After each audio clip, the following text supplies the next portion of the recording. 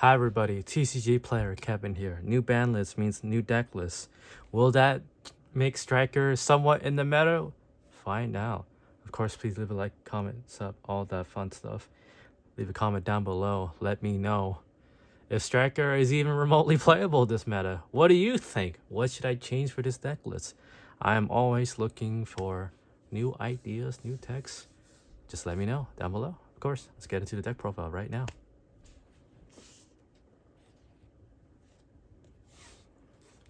Now with the monsters, we play 3 RAYE.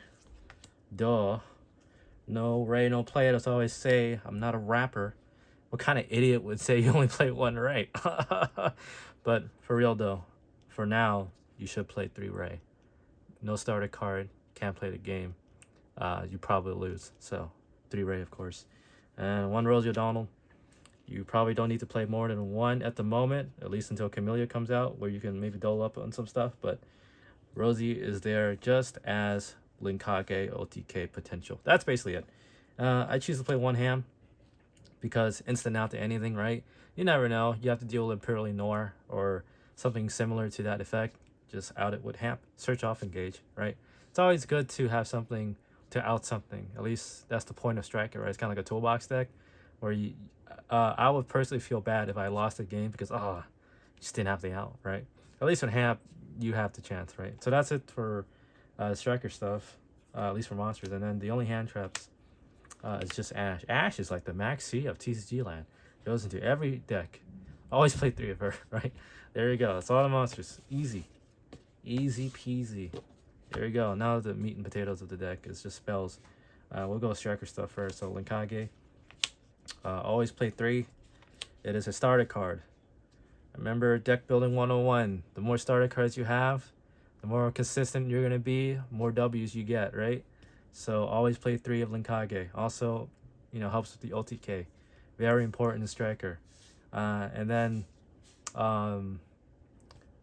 enables you to dodge a lot of things. Like for example, if you summon Red Ray, right? Your opponent imperms you, chain Linkage, dodge it. There you go. Easy. Then of course the other 3 of, obviously, Widow Anchor. It is probably the best card in the entire deck. If this gets limited or is banned, deck is over. Even with Engage at 3. Without this power card, your deck kind of just like is so weak, it doesn't even, why bother to play Striker, right? And also, I'd like to think of Widow Anchor as one of the very few cards in the game that will always be guaranteed to get some kind of response, right? Your opponent will have to respond to this when you activate it. Like maybe they decide to use the Barrel negate on this, or they have to use whatever other negate they have to answer this card. That's why it's so good, and it's quick play, of course. And then Double Engage. Will this ever come to 3? Probably not. Yu-Gi-Oh will suck if this ever comes to 3, which means the power creep is so high that Striker at that point will probably be something like, I don't know, what's a kind of middling deck? Middling deck. What's a middling deck? Let me know down below what's a middling deck. I was gonna say Heroes, but I might get a lot of hate from people. But Heroes, right? Kind of middling deck. Don't. Anyways, double Afterburners. Fairly standard. We go second. Pop monsters, pop back row, and then 1 ofs, 1 multiple row, 1 Shark Cannon, 1 Horny Drones. Most people will probably play 2. For me, I only play 1 because I feel it's not a starter card. And remember with Striker, every card matters. If you have 2 multiple roll, what does it really do for you, right? I feel 90% of the time when I play Striker, I never really win because of multiple roll. Feels more of a win more card, right? In modern Yu-Gi-Oh, everything just kind of on the first board, right? Do you have the out for what I have? Multiple roll to me, outside of just recurring resources, is not really one of those cards, right? Sure, you can take a bait negate because if this somehow goes through, your opponent can't respond to any of your spell cards.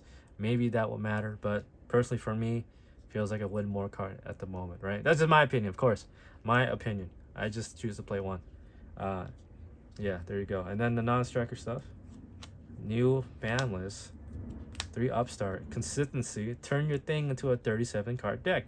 Now, I know you're also wondering, Kevin, you dummy, it conflicts with Linkage OTK. Which do I say, how often do you really get the Linkage OTK off, right? First, you got to break the board, which, you know, you could do. And you got to deal with the back row, hand traps, and a bunch of other stuff. And the odds of you just getting a clean OTK is probably far and in between, right? But besides those cons, like giving your opponent life points, and also there's the belief that why would I play Upstart when I can just play 3, I don't know, power cards? Why not? Why would I play 3 Upstart when I can play like 3 Nibiru instead? Well, you're right.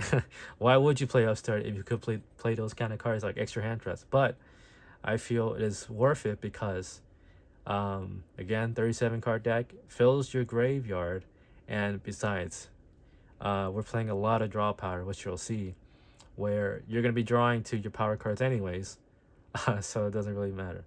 So 3 Upstart, right? Which we also play Double Desires. I know this went up to 3, but 3 is probably way too much. I choose to stick with Double Desires. So maybe you banish the other one, and that's fine too. You never want to Desires more than once in a duel. If you Desire twice, you're probably losing anyways. But Kevin, you mad lad. You play only 1 multiple roll and 2 Desires? What are you doing? Like I said, I don't really feel multiple roll as like a super, you play this, you kind of win card. It's these other cards like Thrust, right? Which I have 2. Would I get a 3rd? If I had one, sure, but I'm poor. This one I pulled, this one I made some trades and deals to get the other one. If you had 3 Thrusts, you probably wouldn't be playing Striker anyways and playing another really good deck. But if you had 3 Thrusts, you probably should play 3 Thrusts. But I only have 2, and so that effect I play double talents. And for budget people, if you don't have double thrust, what you could play is instead something like something like this probably. Double Area 0 and Terraforming. You're wondering why, Kevin. Remember, the whole point of Thrust is to search for normal spells like Talents or Engai. Area 0 is technically a way for you to find Engai by digging deeper into your deck with the Pot of Duality-like effect, right? So kind of basically almost serves the same purpose-ish. Not really, but you get the idea, right? You could play these 3 cards, or again, play the additional multiple roll, you little bitch. But yeah, those are the replacements you could play. So play these cards if you don't have Thrust. And that, those are part of the board breakers. Here's some more board breakers. Double Lightning Storm. These 2 should probably be Raigeki, but I can't find them. And they would be probably way better, but at the same time, Lightning Storm hits back row. And then, you know, sometimes people are dumb and put their monster in attack position, but these should probably be double Raigeki instead, right? But I just can't find them at the moment, unfortunate. 1 Harpies, because you can get rid of back row, right? And then 3 the Anklet. Right, so that's why I play 3 Upstart, double Desires, double Engai. Technically is like, you know, draw a card, because if you play Upstart, you're gonna have 1 spell engraved. You only need 2 more. Bing bam boom, probably draw into Danklet, have the out. And I choose to play Danklet as well because on the off chance you go first, right? If you didn't realize it already, this is a going second deck. You get a lot more value out of drop it going second because you activate a spell or a monster or something like that. And then you can chain Danklet, send that off, and then get basically 2 for 1. However, again, like I said, if you go first, at least you have something to protect you, if you will, right? Maybe you have a dead afterburners in hand, and you're going first, and you set this. At least you could pitch that. So that's why I choose to play Danklet. There you go. And then, of course, 1 Rhoda. 6 RAYE, if you will. And then finally, traps 3 Imperm. That's all you need. Kevin, why are you not playing evenly matched in main deck? I choose to side it. As you can see, I do have it. I'm not, that poor.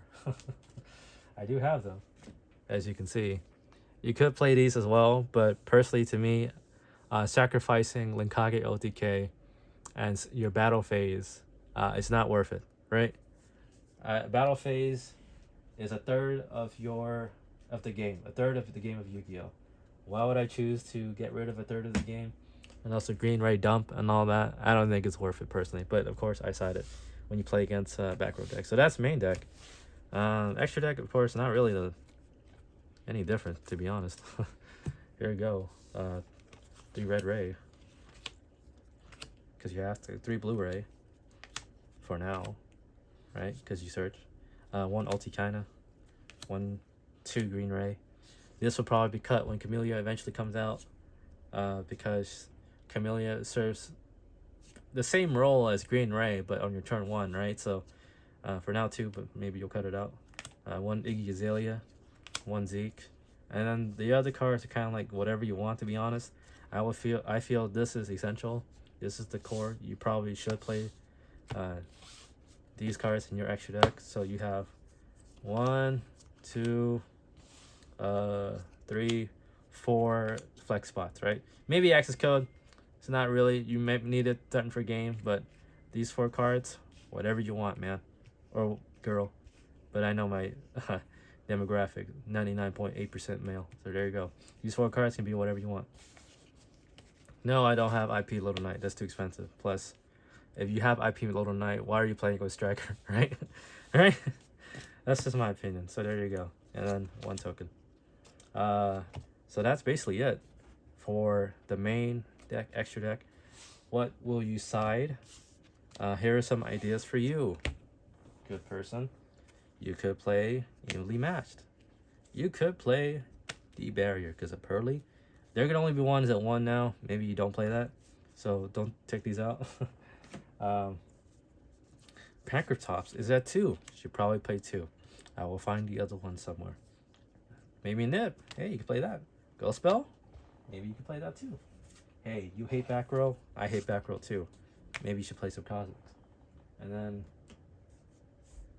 don't forget, haha, you should play Upstart, Chain Drone, Lockbird, Nerd. So there are some cards you should consider to blur in your side deck. Now, the more important thing that a lot of people never talk about is siding.